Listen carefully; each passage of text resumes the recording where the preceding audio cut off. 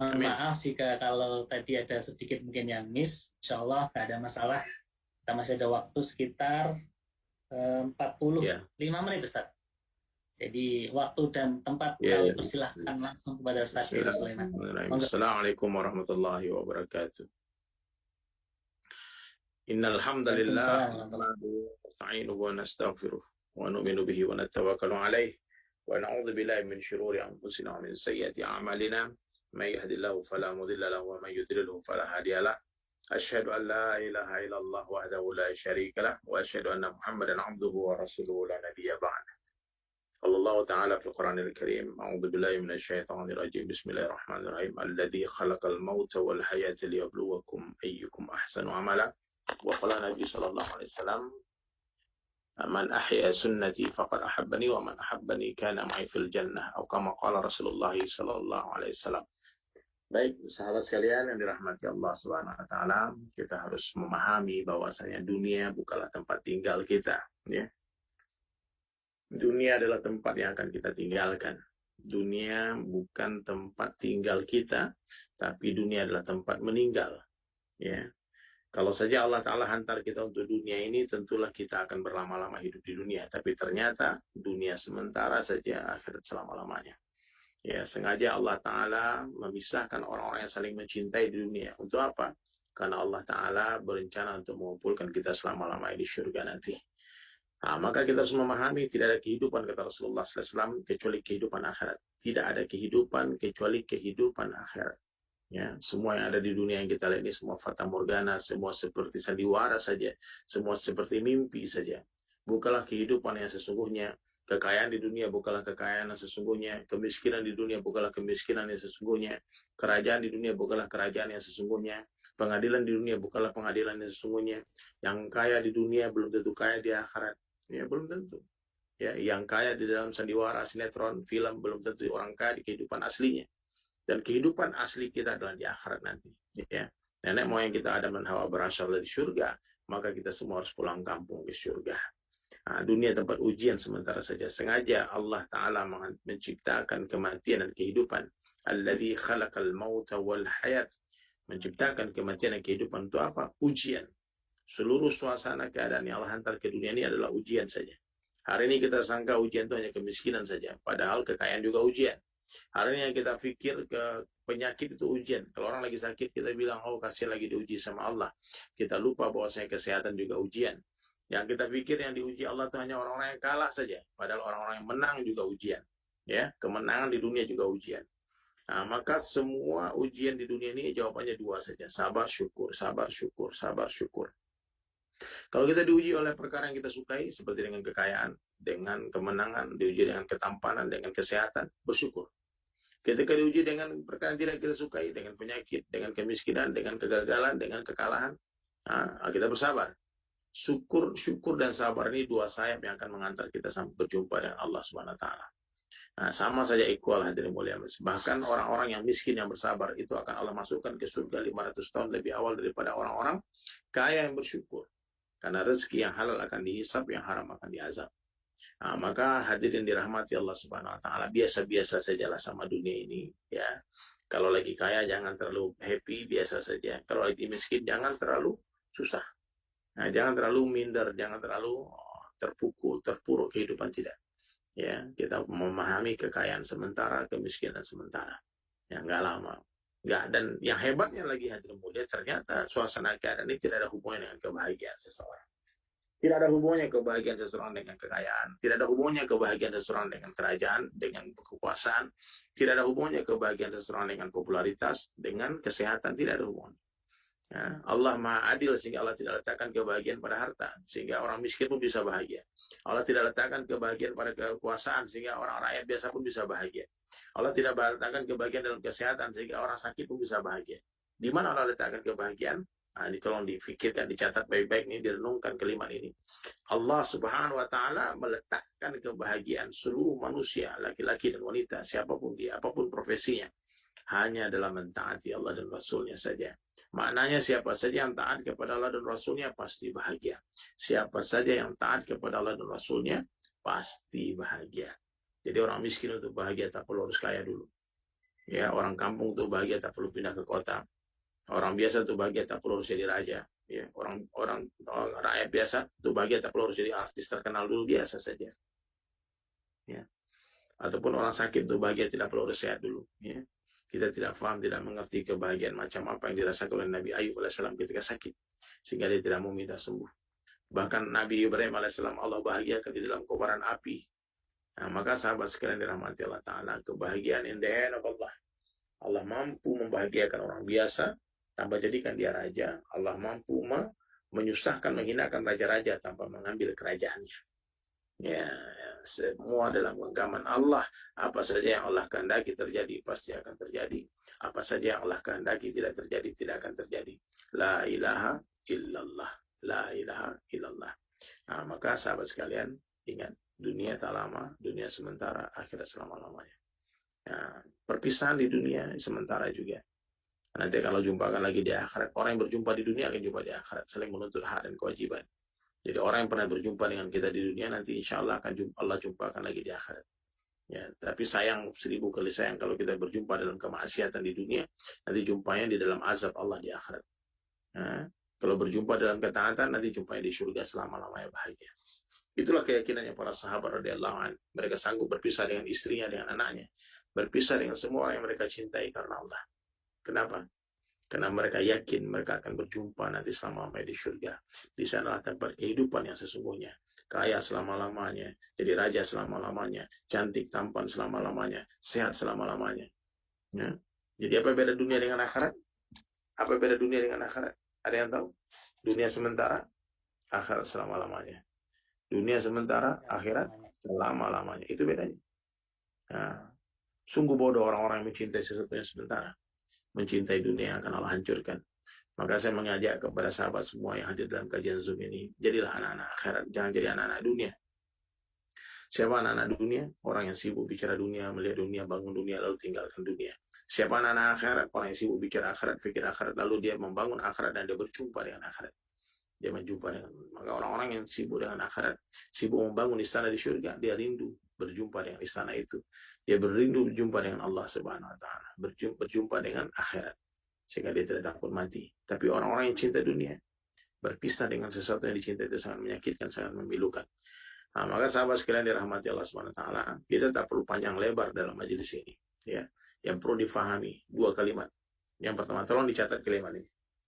Ya, dicatat dalam kolom komentar ya. Allah kuasa, makhluk tak kuasa. Itu yang pertama.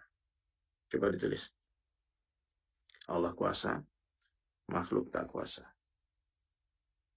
Ini kalimat sederhana, tapi ini intisari daripada kalimat thayyibah la ilaha illallah. Kalimat ini adalah intisari daripada kalimat thayyibah la ilaha illallah. Allah kuasa, makhluk tak kuasa. Coba ditulis. Saya pengen lihat siapa yang mendengarkan majelis ini. Coba Allah, Abdullah, Masya Allah. Allah kuasa, makhluk tak kuasa. Nah, itu kalimat pertama. Coba semua tulis coba. Allah kuasa, makhluk tak kuasa. Ya. Siapa makhluk selain Allah? Termasuk Jibril alaihissalam, makhluk. Tidak bisa apa-apa. Pernah diusir sama Nabi Ibrahim alaihissalam. Api makhluk tak bisa membakar tanpa izin Allah. Ya, pedang makhluk tak bisa melukai tanpa izin Allah. Air sungai makhluk tidak bisa menghanyutkan tanpa izin Allah. Nabi Musa dihanyutkan di sungai sama ibunya. Ternyata keranjang Nabi Musa berjalan melawan arus. Air sungai tak mampu menghanyutkan tanpa izin Allah. Lautan tak mampu menenggelamkan tanpa izin Allah. La ilaha illallah. Apa saja yang Allah kehendaki terjadi, pasti akan terjadi. Apa saja yang Allah kehendaki tidak terjadi, tidak akan terjadi. Ya, Allah kuasa, makhluk tak kuasa. Coba siapa yang belum menulis, saya tulis semua. Kalau ada orang di samping kita, panggil dia. Allah kuasa, makhluk tak kuasa. Allah kuasa, makhluk sok kuasa. Allah kuasa, makhluk tak percaya, itu masalahnya. Ya, kita suka percaya dengan otak kita, percaya dengan harta kita, percaya dengan kemampuan kita. Saya teringat perkataan Sayyidina Ali karamullah wajah. Apa kata Sayyidina Ali? Siapa yang yakin dengan kekuasaan, Allah akan hinakan dia. Siapa yang yakin dengan harta, Allah akan kurangkan hartanya. Siapa yang yakin dengan ilmunya, Allah akan sesatkan dia. Siapa yang yakin dengan akalnya, Allah akan matikan akalnya. Hanya orang yang yakin kepada Allah saja yang tidak akan Allah hinakan dia, tak akan pernah kurangkan hartanya, tak akan pernah sesatkan dia, dan tak akan pernah matikan akalnya. La ilaha illallah. Yakinlah hanya kepada Allah saja. Memintalah hanya kepada Allah saja. Takutlah hanya kepada Allah saja. Berharaplah hanya kepada Allah saja. Semakin besar harapan kita kepada makhluk, maka semakin besarlah kekecewaan yang akan menghantam kehidupan kita. Coba tulis kalimat ini, bagus nih. Semakin besar harapan kita kepada makhluk, coba ditulis. Semakin besar harapan kita kepada makhluk, maka semakin besar kekecewaan yang akan menghantam kehidupan kita. Coba bismillah.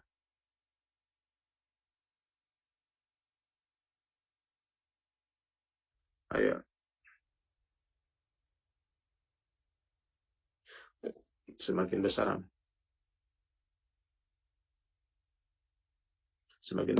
kita kepada makhluk, semakin besar kekecewaan yang akan menghantam kehidupan kita. Coba ditulis semua, ini penting nih. Ini menulis ilmu itu seperti mengikat hewan buruan. Kalau kita nggak ikat, hilang itu rusak kijang. Semakin besar harapan kita kepada makhluk, semakin besar kekecewaan yang akan menghantam kehidupan kita.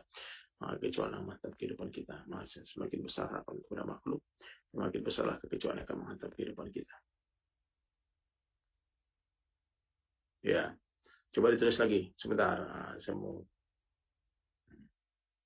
Semakin besar harapan kita kepada makhluk, maka semakin besarlah kekecewaan yang akan menghantam kehidupan kita. Maka berharaplah hanya kepada Allah, berharaplah hanya kepada Allah, memintalah hanya kepada Allah, takutlah hanya kepada Allah. Ya. Hanya Allah yang berkuasa, selain Allah dikuasai. Hanya Allah yang menciptakan, selain Allah diciptakan. Hanya Allah yang memelihara, selain Allah dipelihara. Hanya Allah yang menjumpakan, selain Allah dijumpakan. Hanya Allah yang memisahkan, selain Allah dipisahkan. Kita hari ini tidak berjumpa, namun dijumpakan Allah dalam kajian Zoom ini. Sebentar lagi kita tidak berpisah, namun Allah akan pisahkan kita. Hanya Allah satu-satunya zat yang berkuasa menjauhkan orang berdekatan dan mendekatkan orang berjauhan. Hanya Allah yang berkuasa memisahkan orang berjumpa dan menjumpakan orang berpisah. La ilaha illallah, la ilaha illallah, la ilaha illallah. Allahu akbar, la ilaha illallah. Banyak-banyak ucapkan la ilaha illallah. Ini hadis Nabi. Nabi yang menjelaskan jaddidu imanakum. Jaddidu imanakum. Kaifa nujaddidu imanana ya Rasulullah? Bagaimana ya Rasulullah meningkatkan iman kami ya Rasulullah? Maka Nabi menjawab, aksiru min qawli la ilaha illallah. Banyak-banyaklah kalian mengucapkan kalimat la ilaha illallah. Di mana saja, kapan saja, jumpa siapa saja, katakan la ilaha illallah.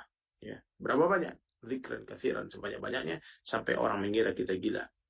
Sampai kapan? Sampai kita mati. Dan kita dan kita mati dengan la ilaha illallah.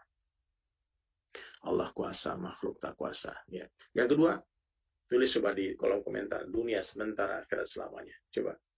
Dunia sementara, akhirat selama-lamanya. Dunia sementara, akhirat selama-lamanya. DSAS, dunia sementara, akhirat selama-lamanya. Kalau kita paham kalimat ini, insya Allah kita tidak akan cinta dunia. Dunia sementara, akhirat. Kalimat inilah yang sering dilupakan oleh umat Islam, sehingga kita sibuk membangun dunia. Kita lupa pembangunan di akhirat. Berapa banyak orang membangun kehancuran di atas kehancuran. Berapa banyak orang ingin bangun rumah atau dia mati sebelum rumahnya selesai. La ilaha illallah, la ilaha illallah. Banyak-banyak ucapkan la ilaha illallah. Dunia sementara, akhirat selama-lamanya. La ilaha illallah. Dunia sementara, akhirat selama-lamanya. Ya. Judul lagu saya semua dunia sementara, akhirat selama-lamanya. Dunia DSAS 1, DSAS 2, DSAS 3, DSAS 4, DSAS 5. Mungkin teman-teman sekalian ada yang dengar lagu-lagu itu. Dunia sementara, akhirat selama-lamanya. Orang tanya kenapa? Karena memang itu. Kalau orang mengingat ini, insya Allah dia akan zikrul maut. Dia akan ingat mati. Kalau dia ingat mati, dia cerdas. Siapa orang paling cerdas kata Nabi? Orang yang paling banyak ingat mati. Maka banyak-banyak ingat mati. Maka lagu saya, orang kaya mati, orang miskin mati, raja-raja mati, rakyat biasa mati. Ingat mati. Ingat mati. Ya, ingat mati-mati, nggak ingat mati-mati. Siap mati-mati, nggak siap mati-mati. Kita nggak perlu takut mati. Karena pasti mati juga. Takut mati-mati, nggak takut mati-mati. Buat saja persiapan. Orang yang paling sering mengingat kematian, bukan paling sering mati, Bang. Orang yang paling sering mengingat mati. Zikrul maut. Malaikat maut itu 70 kali setiap hari menatap wajah kita. 70 kali. Every day. Setiap hari menatap wajah kita. Maka sekarang saya mengajak teman-teman semua. Silahkan. Silahkan kejarlah dunia. Kejarlah dunia. Tapi yakinlah. Satu hari kita akan tinggalkan ini dunia. Orang yang cerdas siapa? Orang yang sibuk mengumpulkan dunia. Kemudian dia gunakan seperlunya dan dikirim fisabilillah. Sisanya. Dicari harta banyak-banyak, kemudian dia gunakan seperlunya, sisanya fisabilillah. Celakalah orang-orang mencari kejayaan dunia, kecuali orang mencari kejayaan dunia untuk mendapatkan kejayaan akhirat. Dia mencari kekuasaan untuk membantu agama Allah. Dia mencari harta untuk membantu agama Allah. Berangkatkan orang haji, bangun masjid, bangun pesantren. Dia mencari ilmu bukan untuk tapi untuk mengajarkan orang. Dia pengen jadi dokter bukan untuk perkara bangga-banggaan, tapi ingin membantu orang-orang yang sakit. Ingat karena Allah, niatnya untuk mendapatkan kejayaan akhirat. Maka jangan sampai kita tertipu daya oleh dunia. Ya, baik, mungkin dari sini sampai sini ada yang mau bertanya, silakan ada yang mau bertanya, kita buka obrolan interaktif insyaallah. Di unmute, boleh silakan yang mau tanya, boleh yang mau menambahkan, boleh silakan. Baik, silakan teman-teman yang ini kesempatan luar biasa. Kita bersama oleh Ustadz Dery. Silakan mungkin ada yang mau open mic, saya kasih kesempatan buat jamaah di Zoom. Oh iya Ustadz, ini kita di live juga di Radio Bahana FM Ustadz. Oh iya, Masya Allah. Ya, teman-teman operator, mekanik yang di lapangan, yang nggak bisa menyaksikan, bisa mendengarkan live di Radio Bahana, Ustaz. Jadi, insya Allah yang di Zoom ini juga disimak juga di Radio Bahana. Nah, mungkin sambil nunggu pertanyaan, Ustaz. Ini kan tema tadi bisa diartikan banyak, Ustaz ya. Berpisah sementara untuk bersama selamanya. Ini kalau diartikan ke teman-teman karyawan, ini kan rata-rata ini berpisah dengan keluarganya, nih, Ustaz. Berpisah dengan keluarganya untuk bekerja di sini, kemudian dia 2 bulan kemudian pulang gitu. Mungkin ini ada ini di Kalimantan Timur Ustaz, di Kutai Timur, Kalimantan Timur. Ya Allah, Masya Allah. Ya. Berpisah sementara itu bukan berpisah di dunia. Berpisah di dunia itu sementara, tapi berpisah sesungguhnya itu nanti ketika satu orang masuk surga, satu orang masuk neraka, itu perpisahan yang sesungguhnya. Kalau perpisahan di dunia ini nanti akan ujung-ujung jumpa lagi. Kalau nggak jumpa di dunia, jumpa di akhirat kan begitu. Tapi kejadian yang luar biasa itu ketika satu orang surga, satu orang masuk neraka, itulah hakikat perpisahan yang sesungguhnya. Maka kalau sayang sama istri, aja istri masuk surga. Kalau sayang sama teman, aja teman masuk surga. Kalau sayang sama anak, anak-anak aja masuk surga, sekeluarga, satu rombongan, satu jamaah, satu perusahaan masuk surga. Ya, karena kalau perpisahan di dunia ini nggak ada apa-apanya, perpisahan sementara saja. Benar. Masya Allah. Saya sering meninggalkan istri saya 4 bulan, 40 hari, meninggalkan. Besok saya berangkat 40 hari. Nah, matikan handphone. Tidak jumpa istri. Tapi nggak apa-apa, nanti ketemu lagi. Tapi pertemuan yang sesungguhnya nanti itu di surga selama-lamanya. Kalau ini Ustaz, tadi kan Ustaz ibarat, kalau kita lihat video tadi ya, Ustaz itu ibaratnya kalau dunia itu sudah di genggaman gitu ya. Namun kenapa Ustaz bisa memutuskan untuk meninggalkan itu semua, Ustaz? Kenikmatan ya itu kan, mungkin bisa jadi diceritakan sih gitu. Iya. Karena dunia ini nikmatnya sedikit, Bang. Nikmatnya sedikit, susahnya banyak. Maka orang yang sudah merasa nikmat dunia ini biasa-biasa aja. Dunia ini hanya indah sebelum dimiliki. Kalau dipunya biasa-biasa aja. Artinya yang kita lihat di orang lain itu belum tentu kenikmatan seperti yang kita bayangin gitu, Ustaz ya. Iya. Kita lihat orang kaya hebat, kita nggak tahu masalah apa yang dirasakan. Iya. Kita ada pejabat hebat kalian aja di pejabat. Kita nggak tahu kegalauan apa yang sedang mereka rasakan. Ya. Lihat artis hebat terkenal, kita nggak tahu kegelisahan gimana yang dirasakan di rumah tangganya, di kehidupannya. Nah, kita hanya menduga-duga saja. Jadi jangan dipikir orang-orang kaya itu bahagia, belum tentu. Jangan disangka orang miskin sengsara, belum tentu juga. Kan saya bilang kebahagiaan dalam mentaati Allah. Jadi ketika ada dunia di tangan, saya tidak ada agama, tidak sholat, tidak macam, tidak ada kebahagiaan, gelisah. Seperti orang yang berada di puncak gunung, tapi saluran pernafasannya tersumbat.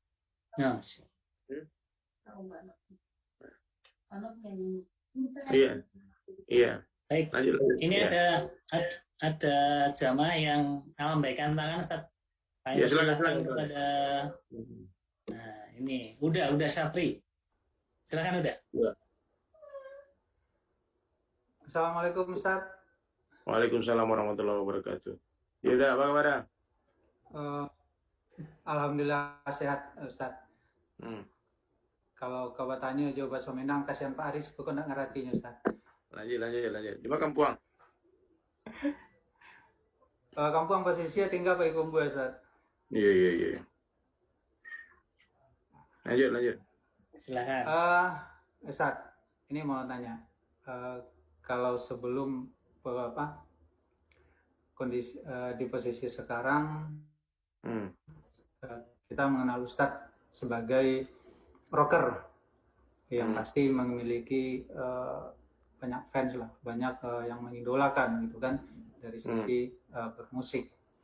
Nah sekarang kalau dibilang pindah jalur gitu kan, pada jalur yang kalau dibilang bahkan ada golongan yang menganggap bahwa musik itu haram gitu kan, yang itu saudara-saudara kita itu juga ada di sekitar kita. Nah yang ingin saya tanyakan,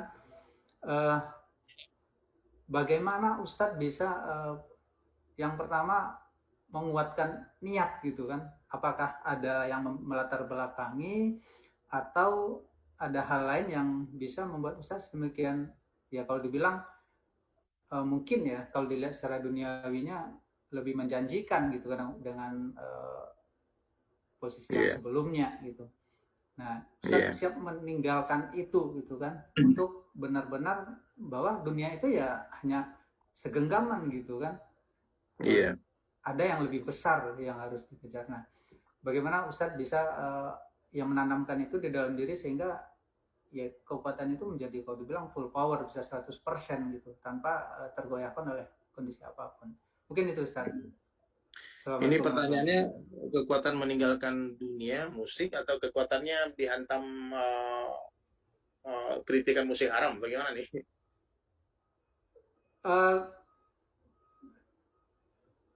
Bukan benar-benar juga. Jadi meninggalkan hiruk pikuknya musik untuk fokus gitu kan. Dan Ana mengenal agama itu di Bali, Bang, di Bali, di dalam kafe kan. Sebab daripada teman-teman jamaah tablik yang jemput ngajak itikaf 3 hari, 40 hari, 4 bulan, diajak saya khuruj fisabilillah, berbaiki diri. Dan memang ketika saya dalam suasana dakwah ketaatan itu tidak ada kenikmatan mendengar musik apalagi main musik.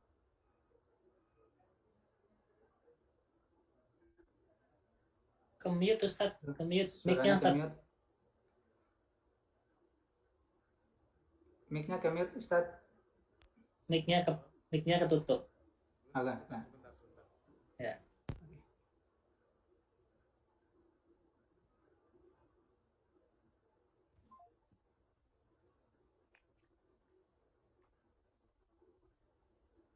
Masuk Ustaz, sudah masuk Ustaz.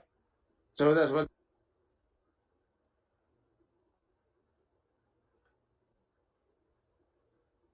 Sepertinya ada telepon deh, Ustaz Dery ya. Oke, jamaah yang lain siapin ya kalau ada pertanyaan. Silakan Ustaz, dilanjut. Ya, Assalamualaikum. Waalaikumsalam. Apa? Jadi saya cerita sedikit Bang ya. Jadi saya tuh meninggalkan musik lama. Karena bukan saya memegang pendapat musik haram, tapi karena memang saya nggak merasakan lagi nikmat dengar musik. Karena saya sibuk baca Quran, baca dengan dakwah-dakwah semua. Sampai suatu hari saya tuh diingatkan sama guru saya, dia bilang gini, Der, Allah bisa memberi kamu hidayah sebelum kamu bisa main musik. Sebelum kamu jadi artis, jadi anak band. Tapi kenapa Allah beri kamu hidayah? Karena difahamkan dengan dakwah. Setelah kamu diberi popularitas, diberikan kemampuan main musik. Supaya kamu menggunakan keahlianmu untuk mengajak orang kepada Allah. Jangan sampai kamu meninggalkan keahlian itu yang Allah berikan kepada kamu sia-siakan. Terus gimana sebenarnya? Apa saya harus main musik lagi? Kembali ke dunia musik? Dia bilang bukan kembali. Ya Van, bukan kembali, tapi kamu menjemput teman-temanmu untuk sama-sama berhijrah kepada jalan Allah. Jadi saya main musik ini Bang, untuk siapa? Bukan untuk orang-orang yang soleh-soleh yang mengatakan musik haram, itu tidak. Karena mereka nggak perlu musik lagi. Saya pernah hidup seperti mereka sibuk dengan taklim, dengan kajian, dengan dakwah. Nggak ada minat lagi main musik Bang, karena nggak ada nikmat taklim, nikmat dakwah, nikmat kajian, nikmat sholat dengan musik itu seperti lautan dengan tetesan air, nggak ada apa-apanya musik ini. Nah, jadi ketika orang yang belum paham dengan ketaatan, belum ada amalan-amalan, terus kita bilang sama dia musik haram, itu seperti menceritakan keindahan kepada orang buta. Itu sebuah kebodohan. Nah, mereka tidak berminat dengan agama, mereka tidak berminat dengan hadir di pengajian, diundang kajian Zoom dia nggak pernah datang. Dikirimkan link-link dakwah dia delete, dia tonton, dia kirimkan lagi di blog kita. Orang-orang yang tidak berminat dengan dakwah, dengan majelis pengajian ilmu ini, majelis-majelis ilmu ini, dengan dakwah ini, mereka bisa didekati melalui wasilah musik. Dia dengar musik, pas dengar musik ternyata dia dengar, wah ternyata begini ya, kita harus ingat mati ya, orangnya mati ya, orang miskin mati ya, oh ajal tak menunggu taubat ya, oh kita harus taubat ya, kiamat hampir dekat ya. Itu kan lirik-lirik lagu saya semua. Hah? Jangan sombong ya, jangan tawadhu lah, sebaik-baik saya lebih baik orang lain. Oh, di musik dia dengarkan itu, sehingga musik bisa menjadi asbab hidayah buat dia. Berapa banyak orang masuk Islam asbab musik, ya. Saya dengar lagu, dengan lagu-lagu saja bang, nggak kehitung banyak orang masuk Islam. Ya, tapi memang nggak sebanyak dengan dakwah ya. Kalau dengan saya kursus dakwah itu udah ribuan orang masuk Islam, banyak berdakwah ke luar negeri, berdakwah negara-negara kafir, berdakwah ke pedalaman-pedalaman. Bahkan satu tempat tuh ada yang 170 orang bersyahadat di satu tempat, ratusan orang. Itu biasa. Di Bali juga begitu. Hari-hari orang datang ke galeri, orang masuk Islam. Nah, tapi dengan musik juga ada. Makanya para wali-wali Allah, wali songo itu menyebarkan Islam di Nusantara melalui pendekatan sosial budaya, melalui panggung-panggung hiburan. Nah, maka saya mohon nih, kalau teman-teman yang mengatakan musik haram itu, kalian tidak salah. Tapi kalau kalian menyampaikan itu kepada orang yang belum berminat dengan agama, itu sama seperti kalian menceritakan nikmat yang malam pertama kepada anak kecil. Itu waktu yang salah, waktu yang keliru, bukan cara yang cerdas. Nah, anak kecil kasih dia mainan, kasih dia coklat, kasih dia waktu. Nanti kalau dia dewasa dia minta kawin sendiri. Kalau orang udah sibuk ngaji, sibuk baca Quran, orang udah sibuk dengan dakwah, dia nggak ada waktu main musik, nggak ada waktu dengar musik. Nggak mungkin orang lagi sholat main musik. Nggak mungkin dengar pengajian sambil dengar musik. Nggak mungkin. Nah, jadi Rasulullah SAW tidak pernah merampas kesenangan sahabat. Apa yang Nabi lakukan? Mengganti kesenangan sahabat dengan sesuatu yang lebih nikmat. Apa itu agama? Ya, bukan mencaci maki kegelapan, tapi menyalakan cahaya. Cahaya datang kegelapan sirna. Itulah dakwah Rasulullah. Siraj munira, lentera yang menerangi. Tak mungkin lentera takut dengan kegelapan. Yang ada lentera akan berjalan ke tempat-tempat gelap dan menerangi tempat itu. Ya, jadi difahami ya. Saya berdakwah melalui dengan musik ini hanyalah salah satu metode, salah satu cara, dan ini dibuat oleh para sahabat juga. Hasan bin Sabit itu penyanyi di zaman Nabi Sallallahu Alaihi Wasallam. Sahabat-sahabat menyambut Rasulullah dengan salawat Badar di Madinah. Nah, Rasulullah pernah menyuruh sahabat untuk memukul rebana di pesta pernikahan. Ya, jadi jangan dibilang musik itu haram secara kalimat titik itu ada komanya. Musik itu haram apabila melalaikan. Musik itu haram apabila liriknya mengajak kepada kemaksiatan. Musik itu haram apabila dinyanyikan ketika azan berkumandang. Musik itu haram ketika dinyanyikan wanita yang seksi di depan laki-laki yang bukan mahram. Musik itu haram kalau dinyanyikannya dalam masjid. Nah, itu harus bicara kapan, siapa, bagaimana caranya, apa yang dinyanyikan. Itu. Jadi Islam itu luas, terlalu luas itu disempitkan. Islam itu indah, terlalu indah untuk dirusak. Islam ya'lu wa la yu'la alaih, tinggi tidak lebih tinggi dari Islam, terlalu tinggi itu direndahkan. Dalam, tak ada lebih dalam dari Islam, terlalu dalam itu didangkalkan. Nah, maka semakin banyak guru semakin baik. Kata Buya Hamka, kalau orang tinggi ilmunya mudah dia terima perbedaan. Dan semakin banyak ilmu seseorang, semakin sedikit dia menyalahkan orang lain. Paham Bang ya? Nah, jadi insya Allah, jadi saya tidak meninggalkan musik. Ya. Tapi saya menggunakan musik itu mengajak orang kepada Allah. Saya menjemput bukan kembali ke dunia artis hiburan, saya tidak kembali, tapi menjemput teman-teman saya yang tidak berminat dengan agama untuk sama-sama, ayo lihat ini indahnya Islam. Ya, kamu boleh musik metal, tapi sholat nggak boleh tinggal. Musik boleh metal, sholat nggak boleh tinggal. Musik boleh rock and roll, sholat nggak boleh molor. Begitu dakwah saya Bang. Dakwah dengan kelembutan, dakwah dengan kasih sayang. Open the door, don't break the door. Buka pintu, jangan didobrak. Kita masuk, nggak rusak. Bang, terima kasih. Saya ditunggu orang Bang, saya di Depok nanti ada jadwal buka bersama. Jam 5. Mungkin itu saya dari saya. Teman-teman yang mau dengar lagi kajian-kajian saya, atau mau lihat karya-karya lukis saya, silakan follow Instagram dari Sulaiman, atau di YouTube channel dari Sulaiman dan Sahabat. Jangan lupa like, comment, dan subscribe. Ya, semua teman-teman ya, maaf sekurus-kurusnya ikan pasti ada dagingnya, segemuk-gemuknya ikan pasti ada tulangnya. Ambil dagingnya, buang tulangnya, ambil yang baik, buang yang buruk, ambil yang jernih, buang yang keruh. Wabillahi taufiq wal hidayah. Assalamualaikum warahmatullahi wabarakatuh. Waalaikumsalam warahmatullahi wabarakatuh. Baik, alhamdulillah kajian singkat, insya Allah semoga tadi yang disampaikan oleh beliau menancap di hati kita masing-masing, Bapak Ibu sekalian. Sekali lagi kami ucapkan terima kasih pada Ustadz Deli Sulaiman. Nampaknya beliau sudah langsung meninggalkan. Baik Bapak Ibu sekalian, insya Allah untuk kajian sore hari ini kita cukupkan sekian. Semoga apa yang tadi kita dapatkan sedikit banyak memberikan kita semangat ya, supaya kita senantiasa memperbaiki diri, karena di dunia hanya sementara, di akhirat selama-lamanya. Mungkin itu, mari kita akhiri dengan doa kifaratul majlis. Subhanakallahumma bihamdika asyhadu an la ilaha illa anta astaghfiruka wa atubu ilaik. Dari saya kurang dan lebihnya mohon maaf. Assalamualaikum warahmatullahi wabarakatuh. Waalaikumsalam warahmatullahi wabarakatuh. Waalaikumsalam.